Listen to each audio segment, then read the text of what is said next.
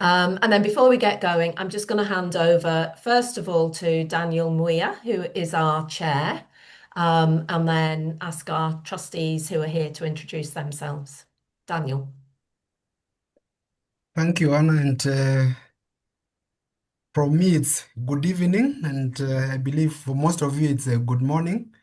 For Anna, it's almost an evening of sorts, being just past 7 in UK. So it's a pleasure to be able to join this forum for North America and the Caribbean region. It's quite a privilege that as IACD, we're able to have these forums in place is something that is desirable given where we are in terms of trying to figure out how to become a lot more impactful and also more sustainable.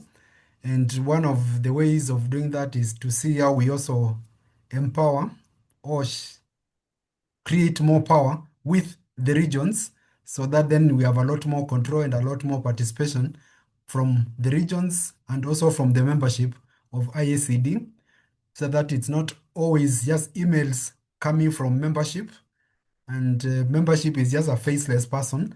So when eventually we are present with all of us from IACD and also from the trustees in the regions and then the membership, it becomes a lot more real to say that you belong to IACD.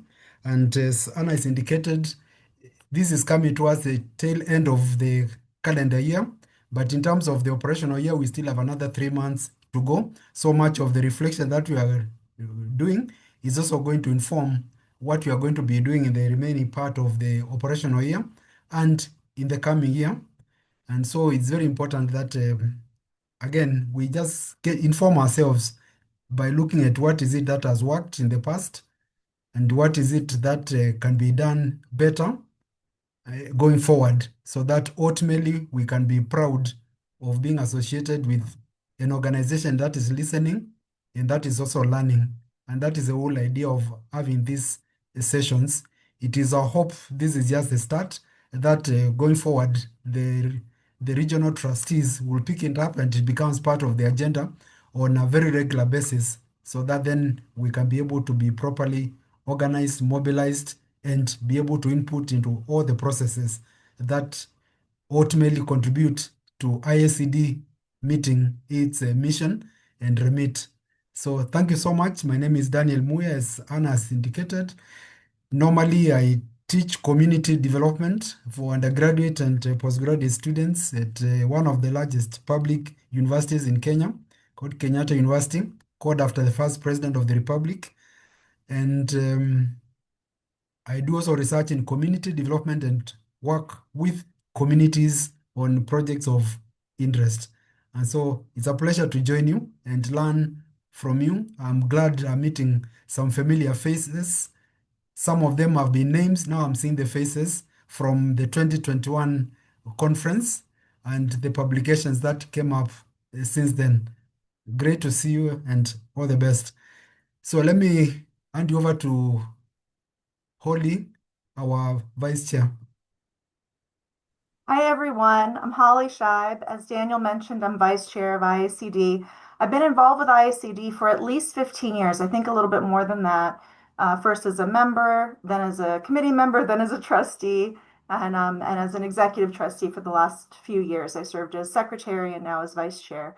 My background is actually in public health. I was faculty at George Washington University and Tulane University in global health and social work programs.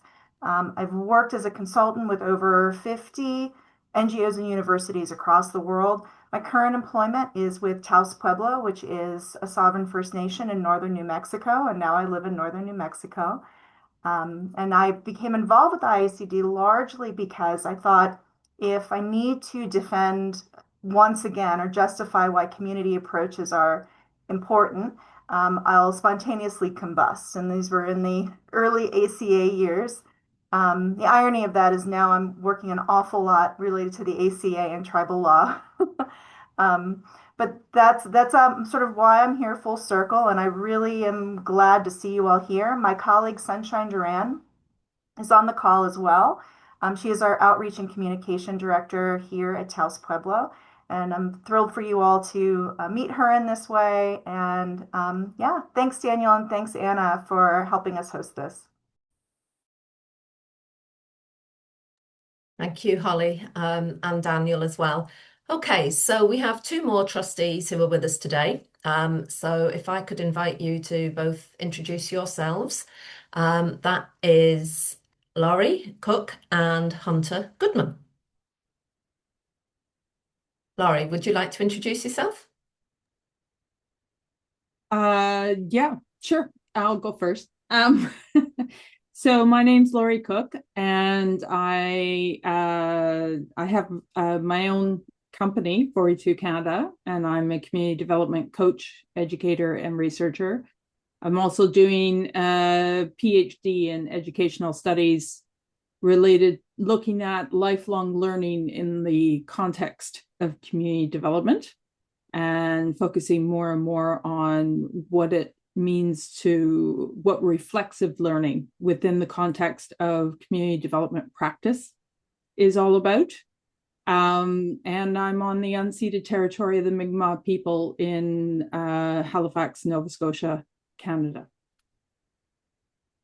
Thank you very much, Laurie. And Hunter. Thank you, Lori. It was a race to see who could take off the mute button faster. Yeah. It is nice to see you all. My name is Hunter Goodman. I am a faculty member for the University of Arkansas Cooperative Extension Service, where I focus on community workforce and economic development. And I want to give a special shout out to my fellow extension folks and NACDEP members. I see you and I appreciate you, Grace Langford, Sridhar Pindar, John Turak. Thank you all for being up on here and also for Ronald Husted from Community Development Society, because it's really important in the work that I do as a trustee. We've been focused on building relationships with the National Association of Community Development Extension Professionals, as well as the Community Development Society, as two very active community development organizations in North America and in the United States in particular. And I want to say also a special thank you to everyone else who's here. Lori and I have the grand pleasure to see your names as you join as members, and it is just a joy to put faces with names and have a chance to be in dialogue with you. So thank you for being here today.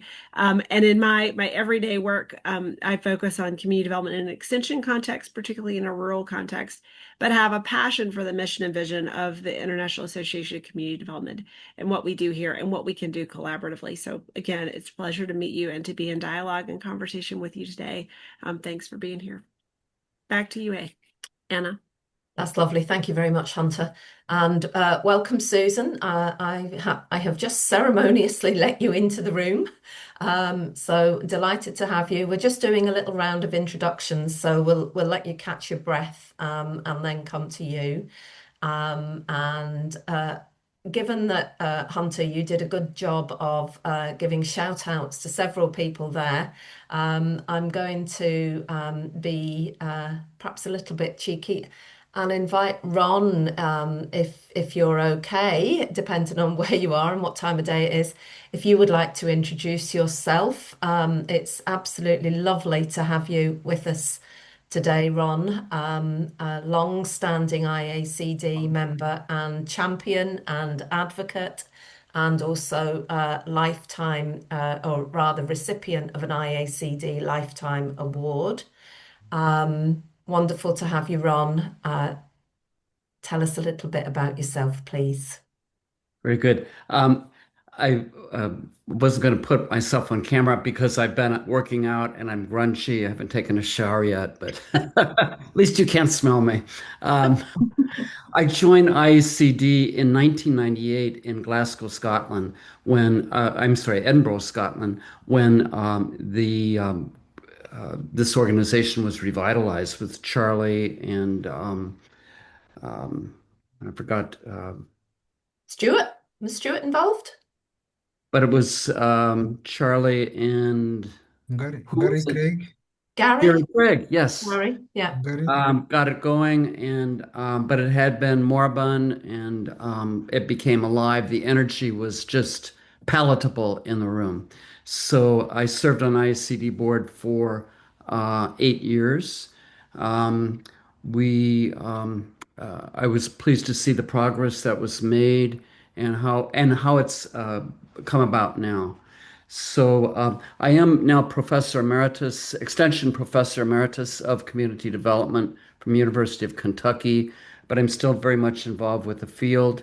My latest interests are as well, you read about American society, how torn apart we are and how divisive. So, my work and the people I tend to associate other community developers are focused on bridge building and listening. And I'm really excited about the movements that are occurring in the land. Um, there's rural urban exchanges going on. There's a group called Braver Angels that's linking um, people with disparate views, conservatives, progressives, anti-abortion, pro-abortion. It goes on and on. So I think this is very exciting, these bridge building, and then the listening aspect. We don't listen to each other, we judge each other, but I think this listening dimension is really important. And then I'm also working, hope to maybe present in Glasgow on the contemplative dimensions of community development. Um, I think those working with indigenous peoples are very much aware of its importance, and that needs to be mainstream from my perspective.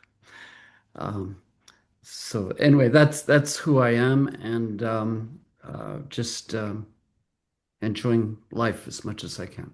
So. Thank you very much, Ron. And be lovely to see you and many in Glasgow next year.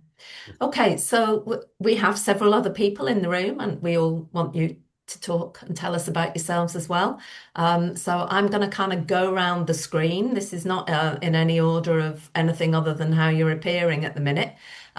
So if we could maybe have, is it Marquis and Sunshine and Barbara, and then we'll take it from there. Thank you. Yes, it is Marquis, so I'm very pleased to be here. I live in Ottawa, in Canada. Sometimes I have to specify the country. Sometimes it's the city. But anyway, it's my first meeting with you. I've been a member of the organization for a few years, but this is one of the, I think this is the second event that I'm attending. I'm a faculty member at St. Paul University in the School of Leadership, Ecology, and Equity. And I'm also leading a research center on aging, community, and human flourishing. So my main interest is in community development and aging and caregivers at the moment. Wonderful, thank you. Sunshine. Good morning, everybody. My name is Sunshine Duran. I am from the Taos Pueblo Nation in northern New Mexico. I work closely with Dr. Holly Scheib. So I was kind of born into my role here at Taos Pueblo, and it was always supposed to be both my parents are from Taos Pueblo, and today what I do is community building and connection. I was able to help be a huge part of putting together two programs. One was unique in that it was based in a prayer from our community, and that's how I found my way to Dr. Holly Scheib and the work that she does. So I'm very excited to be here. I'm very excited to learn from all of you. Yeah, thank you. Thank you so much, Sunshine. And Barbara. Hello, everyone. My name is Barbara Lee Golden. I'm a full-time professor at Algonquin College here in Ottawa. We're on the traditional unceded and unsurrendered territory of the Anishinaabe people. And I teach in the Bachelor of Early Learning and Community Development program. We're a polytechnical institute, and it's a newer program. It's only about 7 years old or so. And trying to really emphasize the community development component, that it's not a tag on or add on or a lens through which, but it's important in and of itself. My research traditionally focuses on equity, diversity, inclusion, social justice. I have two large research projects right now that we're working on that primarily focus around finding creative collaborations to work through some of the challenges within the sector to support children and families. We're in the process of co-locating licensed childcare to improve access within some women's shelters for women escaping domestic violence right now. Um, and it's the first ever in Canada to actually have licensed childcare, not just child mining or drop-in programs. So we're piloting 6 sites right now, and we're also really working on figuring out how best to do this whole intergenerational licensed childcare so that it's not just drop-in programs, but as our senior population continues to increase. So we have a couple of large sites in Ottawa where we're co-locating it even in hospitals and long-term care facilities where we're actively involving the seniors community into the early learning environment. So kind of muddling through as we go because both are new areas, but really relying on the creative partnerships of figuring it all out together, especially in the light of different government cutbacks and funding restraints, trying to find new approaches to improve access and quality for all of our community members. So that's me. Very interesting it is too. I think there's a lot being said already that everybody's going to want to follow up on in these conversations. Thank you. Then if we could hear from Sridhar, Grace, and Imam. Hi, good afternoon, everyone. My name is Sridhar Upendram. I'm a professor in agricultural and resource economics at University of Tennessee. My main role is community and economic development.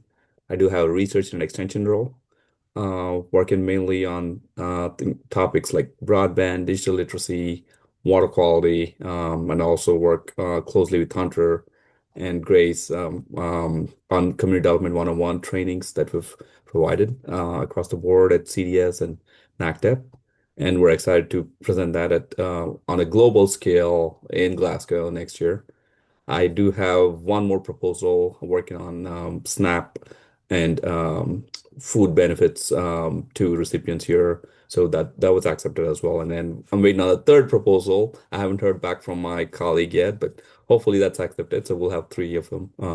But I'm excited to be here and I'm happy to learn from others. Okay, that's great. Thank you. It's wonderful to hear about all these contributions that have been submitted. Grace. Hi, everyone. It's good to be here today. I'm Grace Langford. I'm an Extension Associate with the Southern Rural Development Center. We are a federally funded organization here in the US, and we serve to expand the capacity for community development within the land grant system.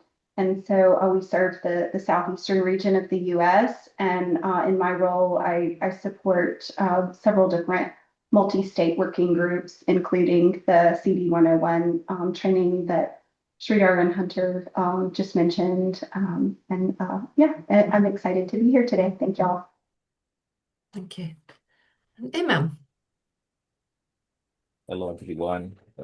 My name is Imam Subhan. I'm in Seattle, Washington State. So I'm a PhD student in Department of Anthropology, University of Washington, and also teaching in MA in Community Planning Program at UW-Tacoma. So this quarter I'm teaching community development course.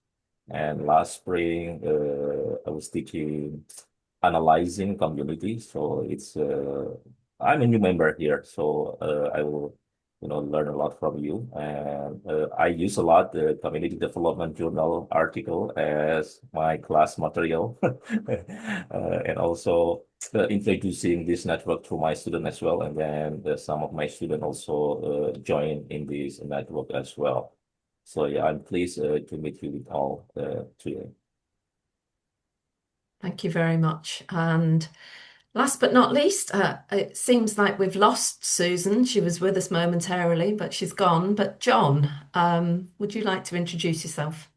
I'm with Penn State Extension. I'm a community development education extension, part of the national cooperative extension system that Hunter and Sridhar and others are part of here in the United States. And I do community development work, and I've always been interested in international community development work and who the folks are that do this sort of work, and just the passion of it that people bring to it to bring folks together. And that's the simple core thing that we do. We bring folks together to work together, to live together, to play together, to make life better. I'm going to put into the chat, someone mentioned intergenerational. I do some work on intergenerational. You may be interested in those links, and then more about Penn State Extension. That's great. Thank you very much, John. And yes, everybody, please do use the chat to share and exchange contact details, links to resources, events, or just to say, hi, I'm doing that as well. Let's have a chat. That's what the networking and the connection is all about. And just before we do then get going, I suppose I have a very big tendency to welcome everybody on behalf of IACD and rarely ever say anything about myself.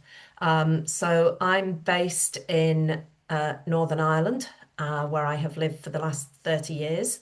I'm from England originally, and my professional career has been focused around community development. I qualified as a professional community development practitioner in the late 1980s, I have to admit, which is a very long time ago, and have been working in a variety of different roles over the years in England and here in Northern Ireland. Most recently, I have been working for the All Ireland endorsement body for community work, education and training.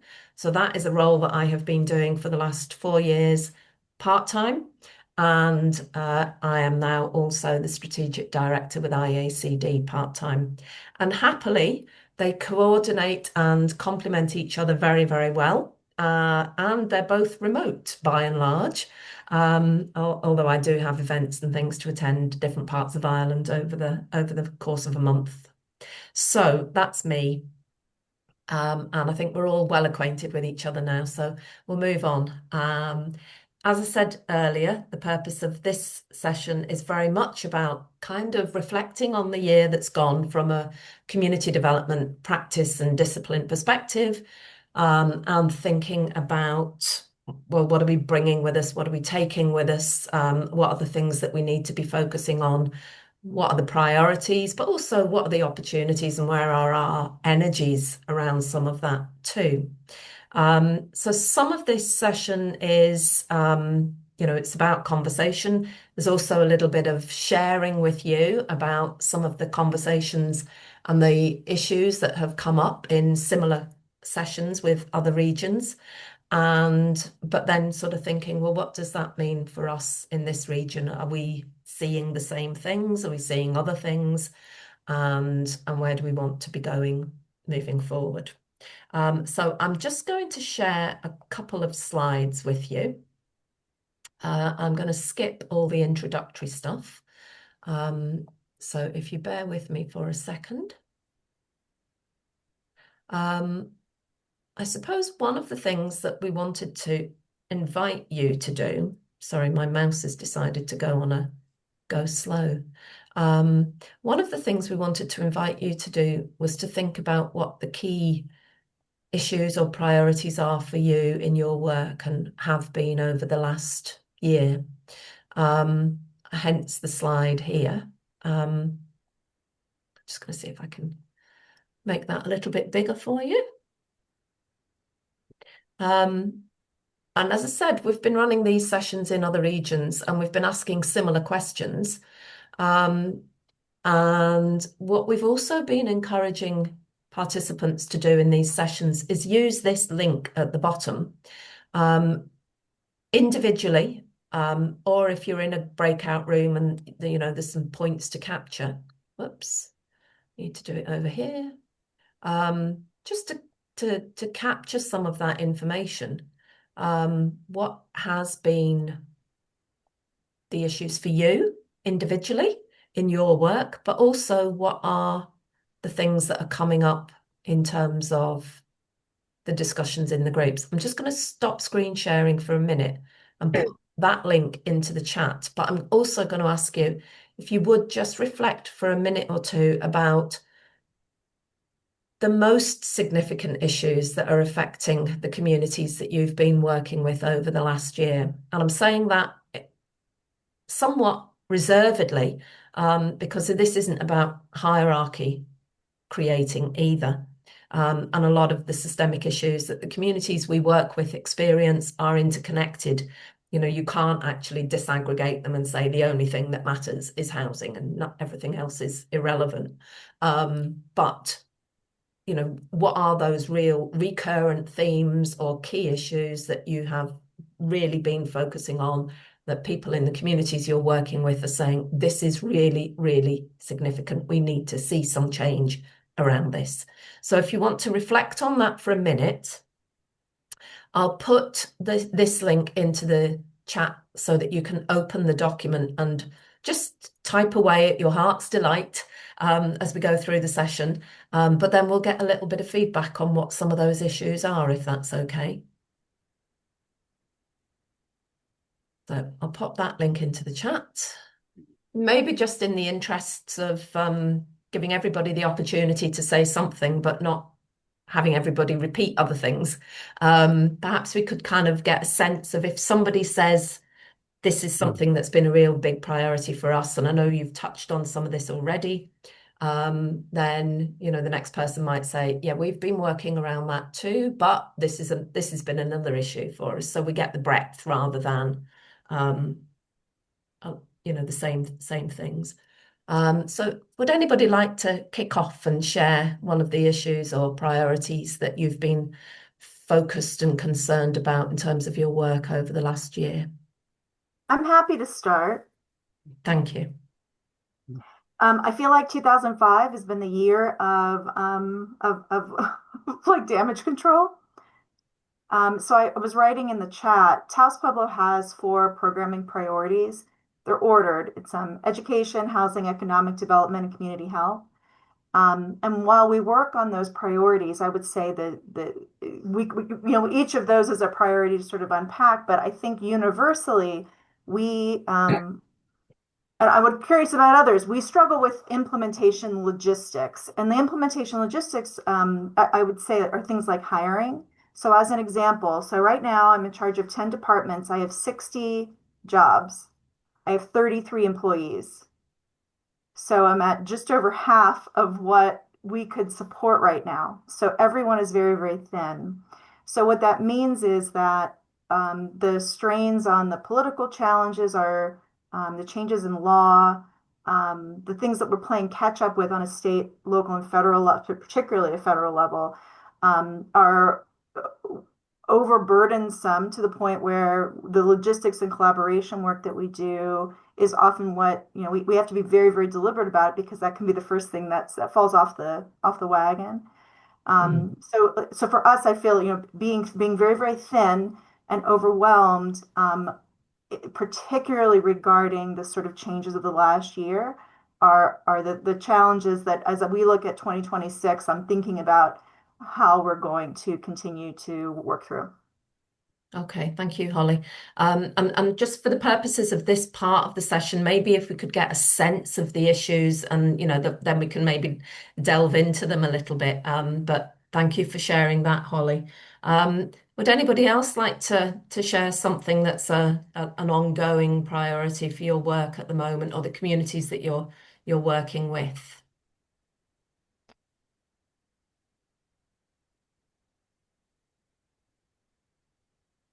Well, maybe I'll comment. As I mentioned earlier, I think there's so much division and putting people into boxes and categories. And when that happens, people are not listening to each other, and the sense of community um, is less pronounced, the sense of solidarity. So I think my work and work of a lot of my colleagues is building solidarity through listening, through helping people to walk in each other's shoes and understand each other in all sorts of ways.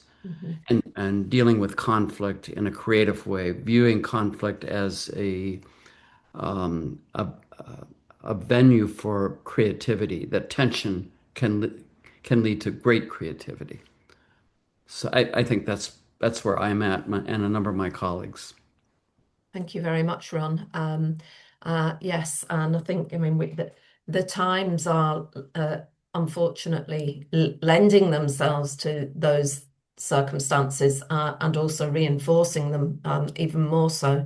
And just yesterday, actually, myself and Jessica, my colleague in IACD, we were running a session, a similar kind of idea to this, but slightly different. It was planned outside of this group of sessions with one of our trustees from Ecuador. And he had arranged for us to deliver this input to a group of about 80 people in an auditorium at the university where he works, people from the community and some students and educators.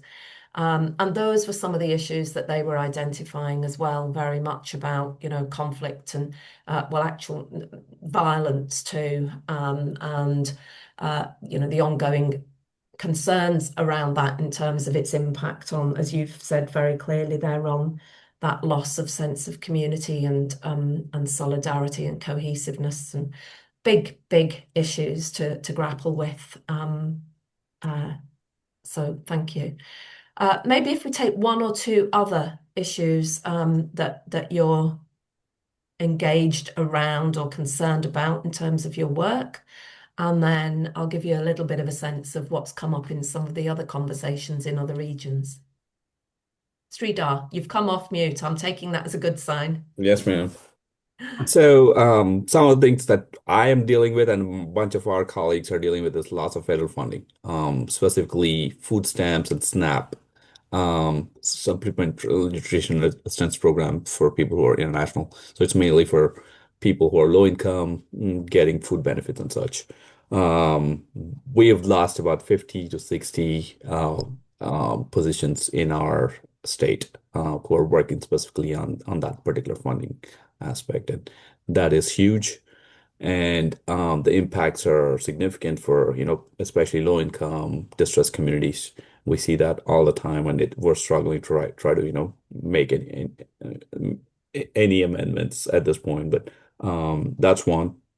Number two was lack of any reliable, accessible data. Over the past 2 months, when the federal government was shut down, we could not access even census data, labor income data, any of that, and we could not function. And even the numbers being delayed, inflation numbers or employment numbers, those are behind, and we cannot do our job without those things. And thirdly, academic freedom is at stake. We have huge issues across the board. I'm on the faculty senate at University of Tennessee, and we're seeing lots of problems where um, faculty members were fired for speaking up, and they're fighting back through court. But some of those things are problematic. But those are the key things that we've been dealing with, at least from Tennessee and the southern United States standpoint. Thank you for sharing those. And all of them are very, very critical issues and very concerning ones. And I think, I mean, I'm not in your region, but from the outside looking in, some of the things that you've talked about there are very concerning and very shocking. Not only what we hear in the news, but actually in conversation with others from within, particularly the United States. Just how bad that is actually hard to imagine. given the country that it's happening in. So this is really helpful in terms of sort of, exploring some of that. And when we talk about values of participative democracy, then that raises, very big alarm bells in terms of what you're talking about there. Okay, maybe one more person like to share something. I can see you've put some notes into the chat there, Hunter. I'm just opening it up quickly to have a little look while my mouse decides it still wants to sleep. Lack of Yeah, trust. mine aren't radically different from Sridhar's. Some of the similar things. I certainly would invite a colleague from another area to jump in there. But I did put those so that just to have an additional voice, but similar to what Sridhar shared. Yeah. Well, just last month I was in England for a week at two conferences, and there were it was an internet part of that was an international conference with colleagues also from the US who were saying very similar things and more. And as I say, shocking, really, in very many respects. Okay, we'll move on. I mean, this isn't the only opportunity to sort of express or share something about your own. Oh, did you add something, Marquis? Did you want to maybe say anything about it?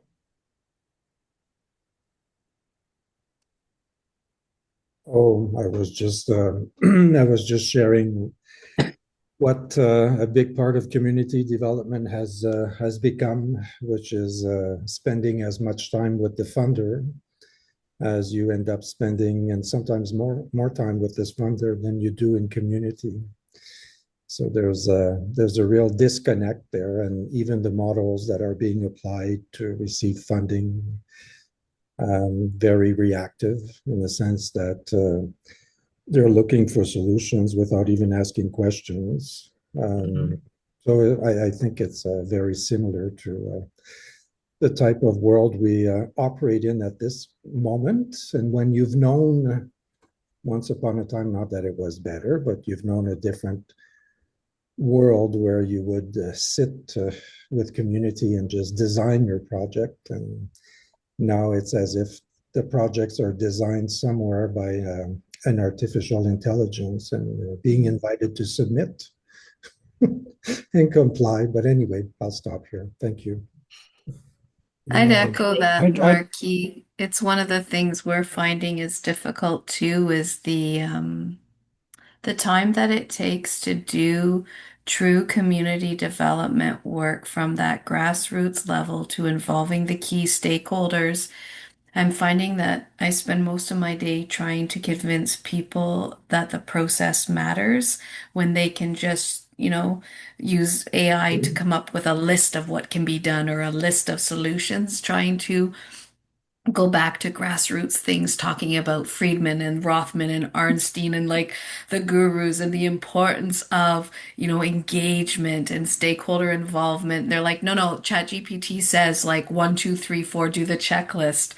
And put it in a table of your, little logic model and how it impacts the change, and let's just slap it in there and trying to go back to that. And it's also difficult because watching what's happening to the South and the impact of the changing dynamic and relationship between Canadian and American collaborations has been really tough. A lot of the colleagues I used to work with are either no longer working in community, they've looked for jobs either in Canada or Europe. They're not able to do the same type of work, and I'm limited by my funders to partner and to spend money outside of Canada now. Even for the conference and whatnot, we have limitations that the money can't be spent outside of Canada right now for any purposes. So there are ripple effects because we are in a global economy and we rely heavily on those partnerships, but we're being very limited. We've also had a change in in government structure. We have a new prime minister, a cabinet shuffle, funding priorities, everything has also changed. So just learning what sandbox we're allowed to play in and with whom and what the new rules are, and as they change each day, has been a challenge for me. I don't want to speak for others, but it has been very difficult. And even knowing where our allies are within the US has been difficult. And that's why I rely on this group so much, is the assumption that coming back to the grassroots community development and the folks around the table here is where I can go. It is still a safe space. Mhm. Good. Hey, And you two Anna, have Lots of no, go people ahead. jumping in now. Okay. Can you just put your hand up for a second so I can see who was wanting to speak there? Because I heard voices. Okay. So John and Laurie. Laurie, do you want to go first and then come back to yourself, John?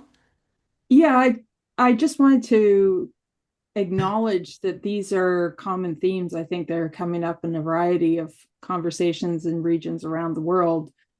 But I also want to, I find myself in times of darkness looking for where the light is and the hope, right? And one of the areas where I'm seeing a lot of hope is the research that's being done and the knowledge that's being built around well-being, and the idea of, if we can understand um, what it takes for people to feel well, to be well, I think that could significantly unleash a new era, especially in the face of AI and other things.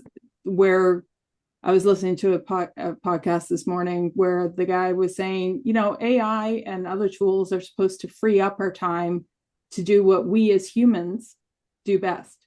So I find a lot of hope around that research.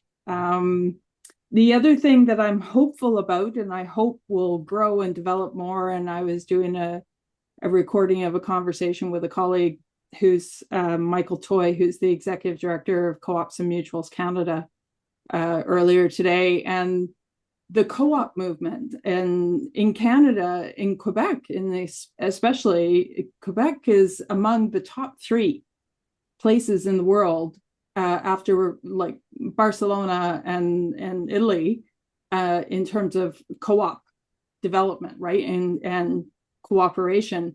Not the rest of Canada so much, I'm sad to say, but so I sort of feel like, yes, we need to acknowledge where there are challenges, but I think Janine, who's another trustee for sub-Saharan Africa region and trustee with, and she's a specialist in ABCD, asset-based community development.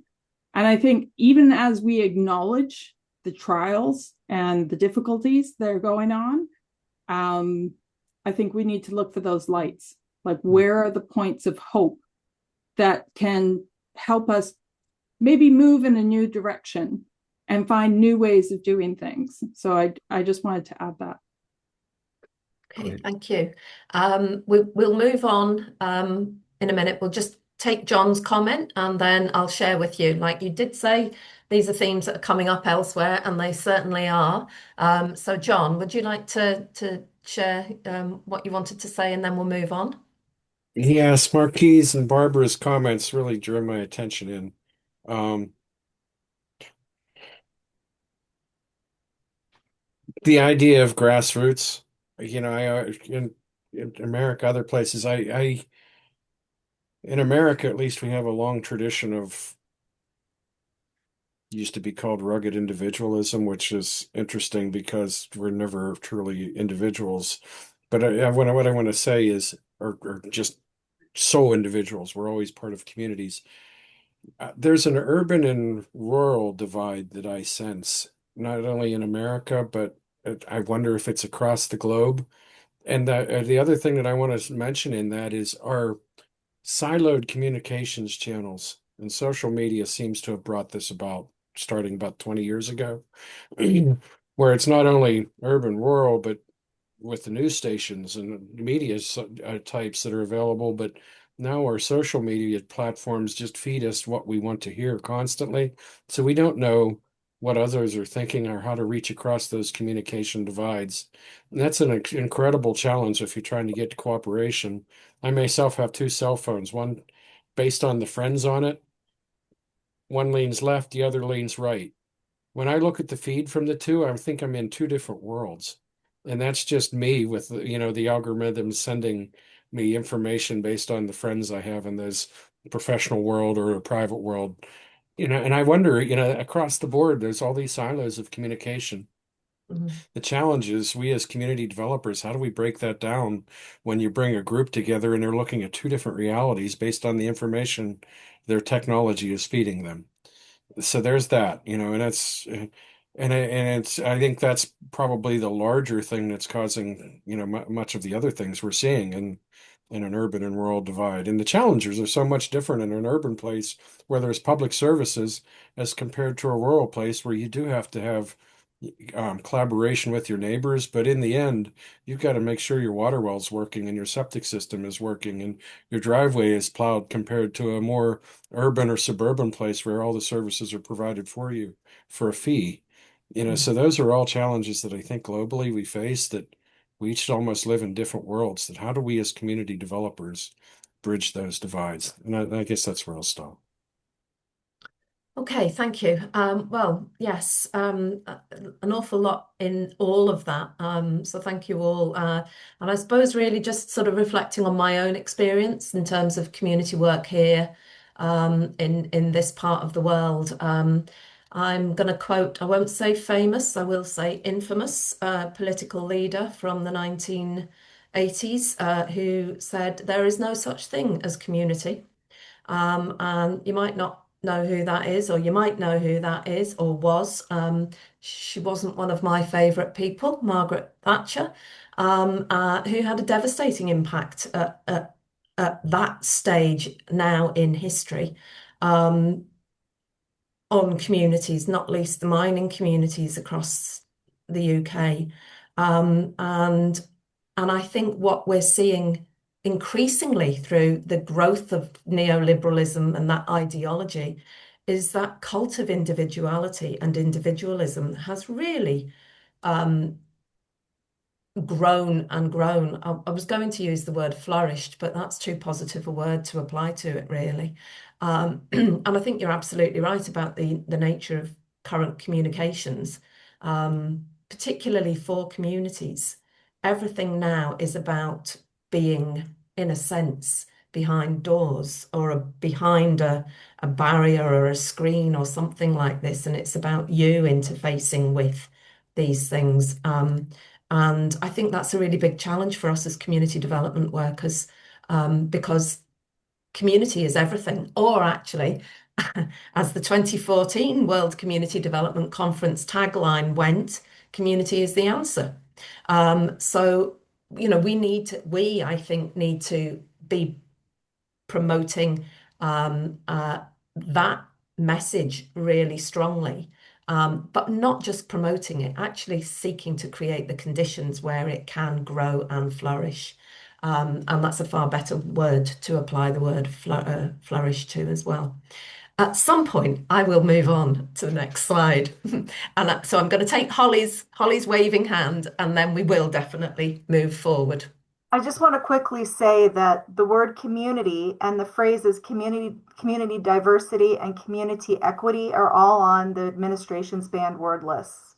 So as we're actually not supposed to use any of those words in our reports and our grants related to federal government services. Wow. Yeah. And those were some of the things that and we've had that conversation, Holly, but those were things that I was hearing when I was in London from colleagues from the US as well, to the point where they were dancing in the street, just shouting out community, community, diversity, inclusion, and joyfully so. But that's not to detract from the seriousness of uh, kind of 1984 all over again in some respects. So, yes, let's move on. I will share with you some of the things that came up really conscious of time, folks. Some of the things that came up in the other conversations with members from other regions around this bit of the discussion. And there will be similarities and there might be some differences now then. Okay, so I suppose trying to group some of these things really, there were, and these are conversations with members that have taken place in other regions, perhaps, not just in the last week or so, but over the last couple of months. How these things are described in different parts of the world may well differ. But I've tried to kind of, describe them in ways that might have a more of a universal understanding. But anyway, in terms of the political and economic instability globally, rise of the far right, the alt-right or authoritarianism, right-wing populism, and also nationalism, but in a very negative way. Increasing austerity, poverty, and hardship. And you have definitely highlighted on that, particularly in terms of some of the things you were saying, Sridhar. And also the funding cuts and slashing of aid budgets. So, just in those ones, we can see there's an interconnectedness between these things. And there's an ideology that's driving an awful lot of it. Community and social tensions. So migration as a cause for concern being hijacked. People have migrated for millennia, often because of necessity, and they're being scapegoated and used as the reason for an awful lot of the issues that lower income communities particularly are experiencing, including the austerity, poverty, and hardship. And those that don't fall into those low income families, those that are in the much higher income brackets, those who hold wealth, who hold power, who hold influence, very happily feed all of that scapegoating and misinformation. So, it's a vicious environment around all of that.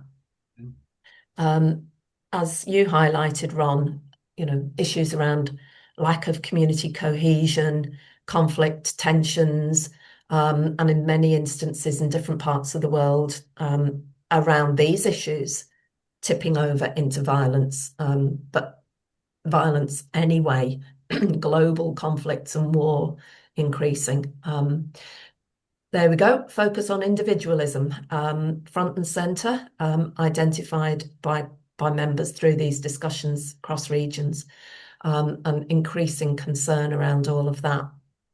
And it is a direct, it's presented as the direct polar opposite as the ideal, because community development, community organizing, collectivity is a threat to everything that we're just talking about in terms of this ideology. So, it's not surprising, but it's concerning that it's growing. And then also some concerns in terms of what, is causing tensions within communities around development, overdevelopment. So we're looking at, sort of a lot of infrastructure, particularly urban development here, and gentrification as well, which is also having an over negative impact on low-income families in terms of that gentrification, pushing people out of those communities where they and their families have been for generations, where there is that cohesion, and that's all being, literally leveled to the ground, and new properties that are well out of reach of anybody who was from there originally. But that also feeds into those narratives around, those people coming in here, moving into our area, there's not enough housing, those kinds of things. And that's not a fully exclusive list of issues, but they were ones that were coming up again and again. Also then challenges for community development practitioners, and you have touched on these too. not just in the context of the agencies and the organizations that community workers might be employed by, but in your own contexts, and particularly in terms of higher education as well. But seeing it too in public sector agencies that would have had a role in supporting communities, precarious work environments, short-term funding, insecurity around whether that's going to be continued. If it is, the budgets are cut, they're reduced, so there's the constant, not just threat of redundancy or job losses, but inevitable result of that happening on a cyclical basis because those budgets are just being eaten away. Not surprisingly, leading to an awful lot of stress, anxiety, and burnout. People are moving out of community and voluntary sector organisations or NGOs or civil society organisations because of these issues. Often what's happened is people have seen a shift from the human rights-based perspective on community work, the movements, the campaigning, the advocacy, the challenging inequality, social injustice, to actually just crisis intervention, and also the shift in funding priorities, feeding that because of the cuts that are coming from government departments. So as they pull back their resources, where there is funding, that's being diverted to crisis intervention work, and it's shrinking that space, not just shrinking the space for community development, but also for that critical space that's so important in terms of building community understanding, community cohesion, the dialogue, that shared sense of knowing what's going on in a community and people engaging around that in a critical way together. And often then when there is something that might be called community engagement or participation, leadership development, it's often quite tokenistic and very short term. It's not directly linked to longer term outcomes around transformation or change. And not surprisingly, people and communities are very suspicious and mistrusting of that. So all of these things, our colleagues in and around regions who are involved or associated or concerned with community development are seeing these things. And I do think that a lot of what you have identified today connect with some of these as well. So if we move on to think about the next bit of the discussion, which inevitably we need to do because we did give a time frame around this. So starting to think then a little bit about 2026 for you and your work and your region and working, collectively together, but also in terms of IACD and where we put emphasis in 2026 and beyond. We have identified a range of cross-cutting themes in our strategy, and we do have some strategic priorities, and they're not going to change, at a strategic level for 2026 or 27 even. But what we are really keen to do at this point is get a sense from yourselves, our members, about what the key issues and themes are that you're challenged by and the communities you work with, and how that might shape and inform our work under these priorities in 2026. And just, to be clear with you as our members, our priorities are about advocating for the discipline, the values, and the methods of community development work. That's what we do as an international association. And so that is about championing the practice of community development, of community participation and empowerment, and also very much the solidarity and the agency. So the collectivity there is absolutely core to our work and how we promote that in terms of the advocacy of the discipline. But on a practical level, what we seek to do is to support our members and others through this kind of gathering, through the connecting, the networking, opportunities for knowledge exchange, like the conference, for example, or through practice exchanges, sharing articles, case studies, in publications that we produce, and also moving forward into 2026, some more specific initiatives around promoting professional development opportunities for members as well, drawing on your knowledge and your expertise, but making that more formally available through organised initiatives. So those are our priorities, and these conversations are going to be really important in shaping the detail of what that looks like moving forward. But kind of coming back to yourselves again, I don't really need to sort of talk around that one, I don't think, too much. They're more sort of specific things that we do from year to year. So the publications, we have researcher forums and community development educator forums 2 or 3 times a year. Obviously the networking and the building of that infrastructure. Webinars such as this or around thematic issues. But we also have consultative status with the United Nations. And one of the things that we do want to put more emphasis on from next year onwards is being more intentional around that and feeding in the concerns that our members are articulating and expressing around the issues that you are working around and that the communities that you work with are experiencing at grassroots and coalface, contexts. So we want to have and build in more engagement with our members intentionally around these things, linking what's happening in communities in different parts of the world to, an international organisation such as ourselves, but also channeling that in a way that is meaningful into those international fora, such as the UN, because it is a means for those issues to be heard through our membership. So maybe for 10 minutes or so, we might break into 2 groups. It's just an opportunity for more people to speak rather than one person at a time in a big group. I'd like to invite you to think about not just, we've had that conversation about the year that's gone, and hopefully you've noted some of those in that form.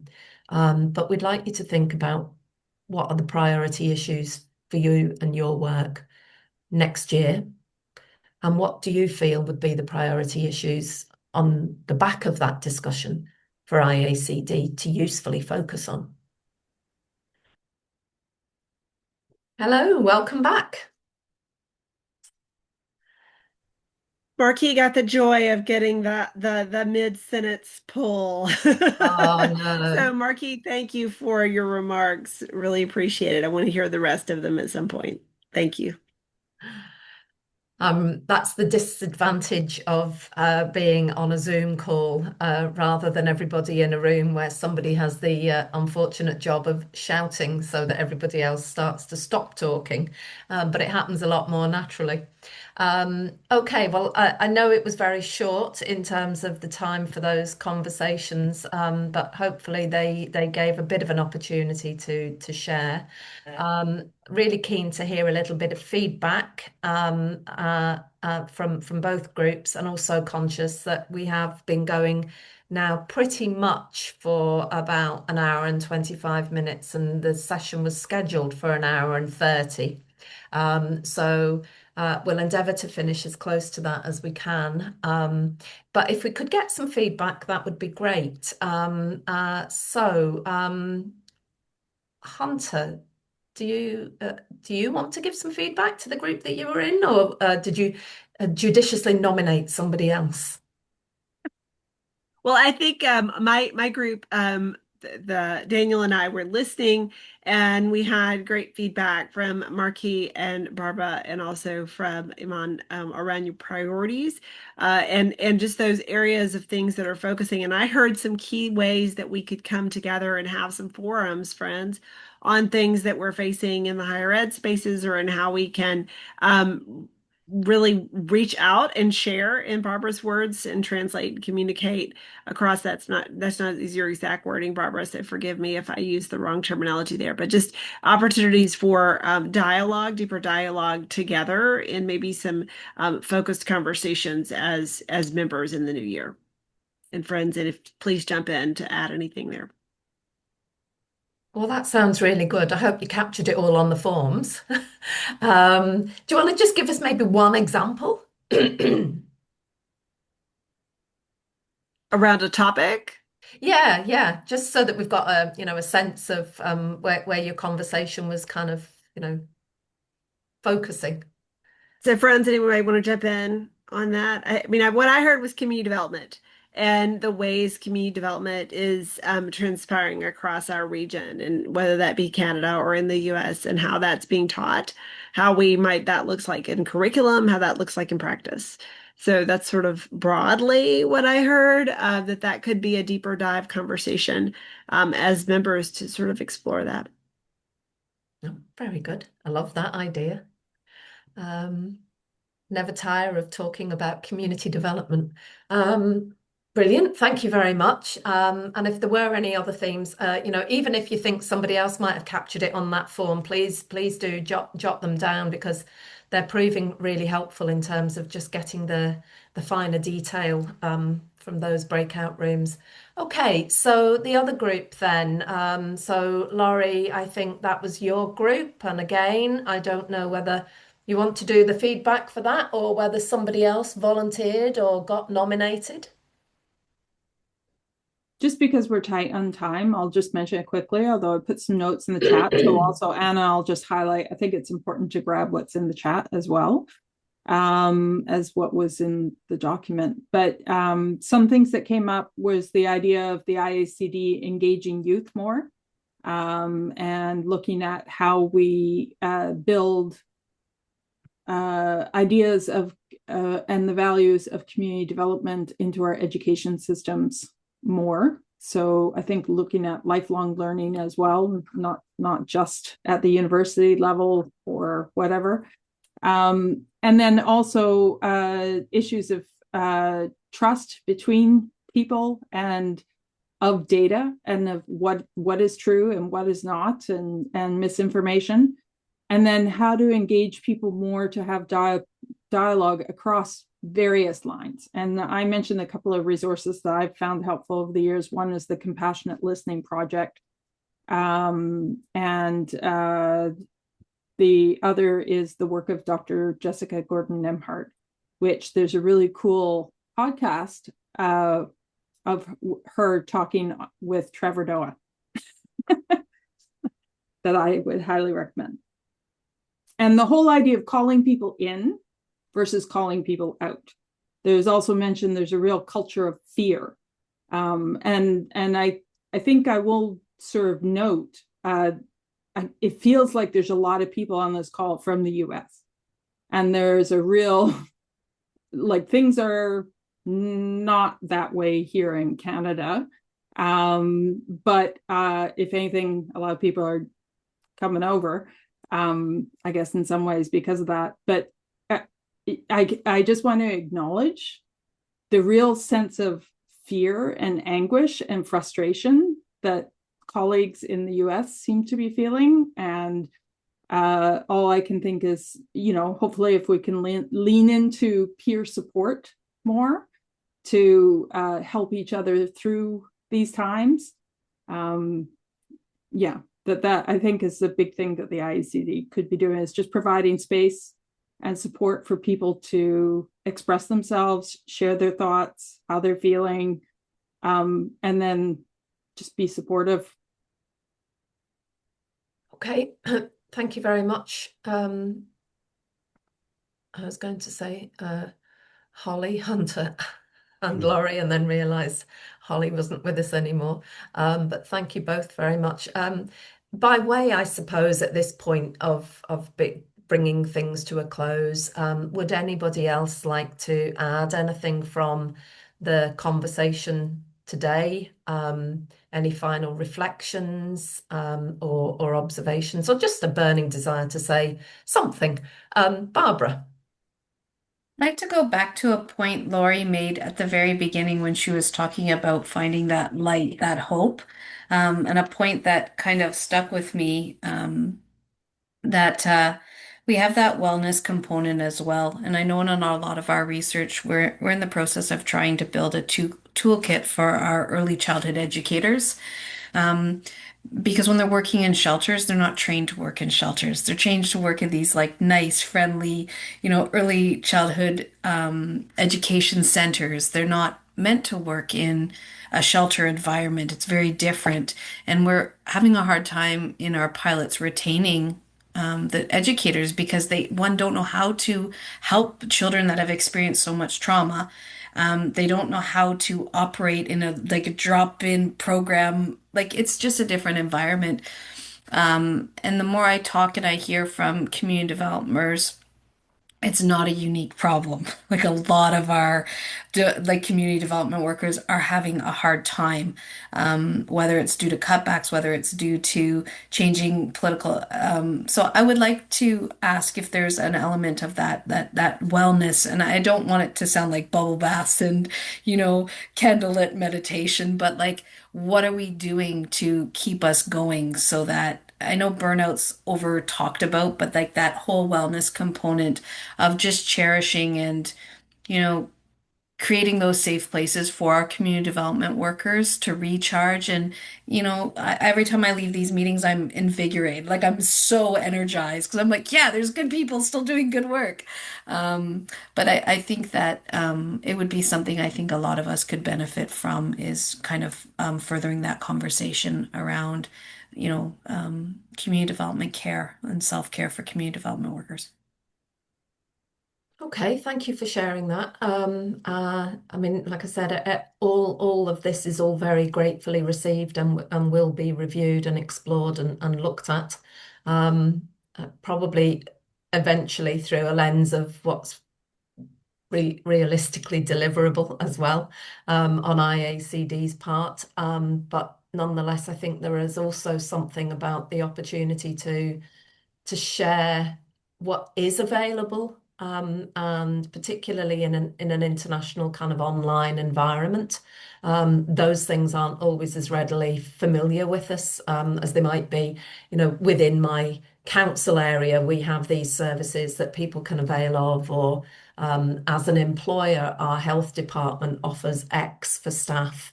But actually, in a wider environment, there are other things that people can avail of.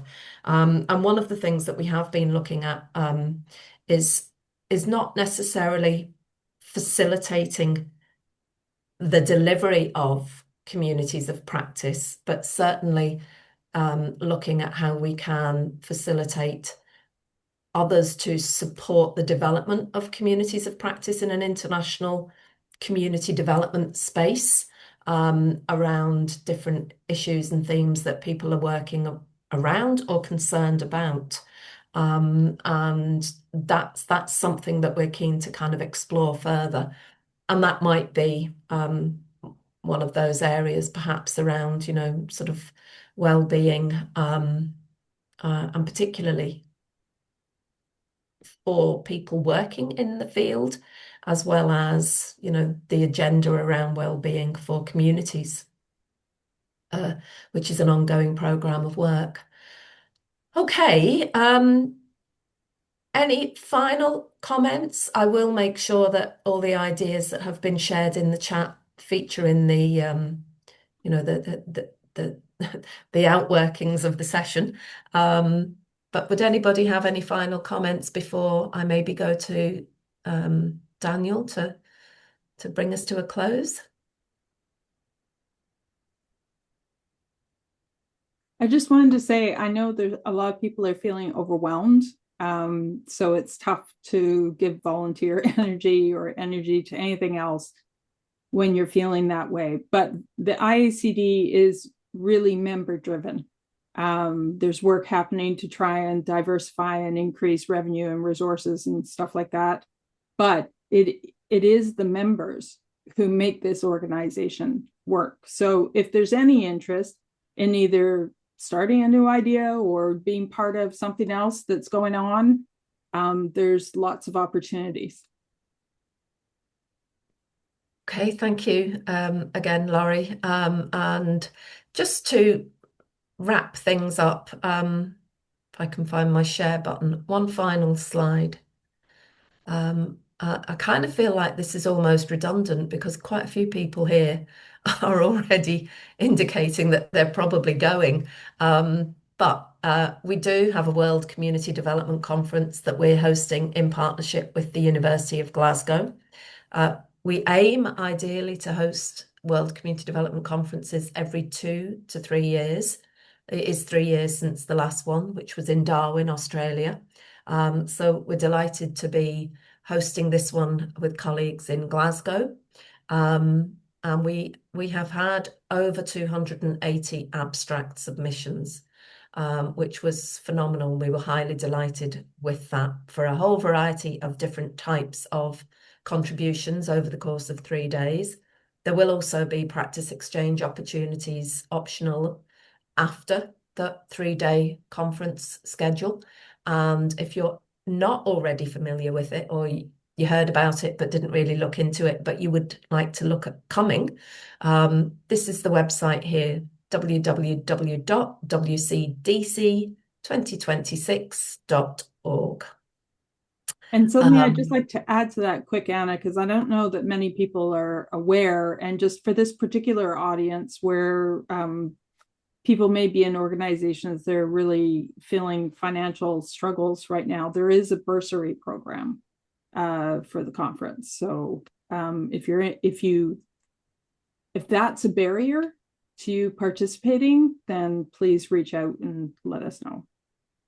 Yeah, there will be information about the bursary support launched in the new year. I would say it is a limited resource at this point in time, so it will be very much on a case-by-case basis, primarily based on a range of criteria. And I'll put the website into the group chat. But the other final thing before I hand over to Daniel is just to say, if you would be kind enough to complete our evaluation, it's really helpful for us capturing feedback on these sessions about what you thought about it in terms of what we covered, how it was delivered, did it meet your expectations? And it's a separate feedback smart survey to the one that I shared earlier. This one here with the QR code is specifically for evaluation purposes. The other one was to capture commentary around the discussion. And in both cases, please don't forget to click Finish Survey at the end of them. Otherwise, we'll never get to see what you took time to put down into it. So I'm going to stop screen sharing. If you have your phone and you want to copy the QR code, please do so now. But I will also put the evaluation link into the chat while Daniel is speaking. And I will hand over to Daniel. Thank you. Thank you, Anna, and thank you, colleagues, for quite an informative session. So interactive, and time flies so fast. I would have wondered 90 minutes, what is it that we are going to be just catching up on? But here we are. What is coming through is so deep. As I was preparing the World Community Development Conference 2021, Ron took me through a discussion about the soul of community. Because again, we can't talk about communities if we are not speaking to the things that matter to them. And one of the things that is coming through is, again, now the soul of the community development practitioners. and in the environment that is being painted, it becomes so urgent that then we come up with ways of seeing how we redeem ourselves so that we can be functional and therefore being able to help the communities that we work with so that we can build back and better. Aware that, of course, we are in an environment that it's likely to change. How soon, we don't know. When you talk about the kind of challenges, neoliberalism, nationalism, the issues of the funding costs, and as you have also painted, that even some of the keywords that are the building blocks for discipline are getting banned, that becomes quite a challenge for all of us. And that's something that we need possibly to still continue engaging, listening, and finding a way together. From IACD, this is an opportunity to appreciate that the work has just started. We have a core team that can take this discussion further. There's a lot more that we are not able to discuss, largely because of time. And I believe if you'll agree with me that there is need to convene and maybe to process some of these things into ways that becomes beneficial to yourselves as individuals and also for the organization that you work with and the communities that you work with and also for IACD. And so we'll continue to engage and be as supportive as possible so that we make IACD as real and as practical and as present in the regions as possible. And so we'll work with our trustees in North America and the Caribbean to see whether again we can convene in the next quarter. We said we still have the next quarter of this operational year. And if we can get these sessions as frequently as practical, then we can be able to reason together and be able to find a safe path for all of us to make our practice and our discipline much better and more grounded so that then we are not pushed and marginalized when the governments feel like there is anywhere to cut. They are looking at cutting where it hurts most. And yet we can't talk about national development. You can't talk about international development if you are not talking about development at the community level. So thank you so much for the opportunity. And as we get to the festive season, enjoy yourselves. Merry Christmas and Happy New Year. Thank you. Thank you, Daniel. Thank you, everybody. Thank you so much for joining. Take care and have a wonderful Christmas and a very happy, peaceful New Year. Thank you.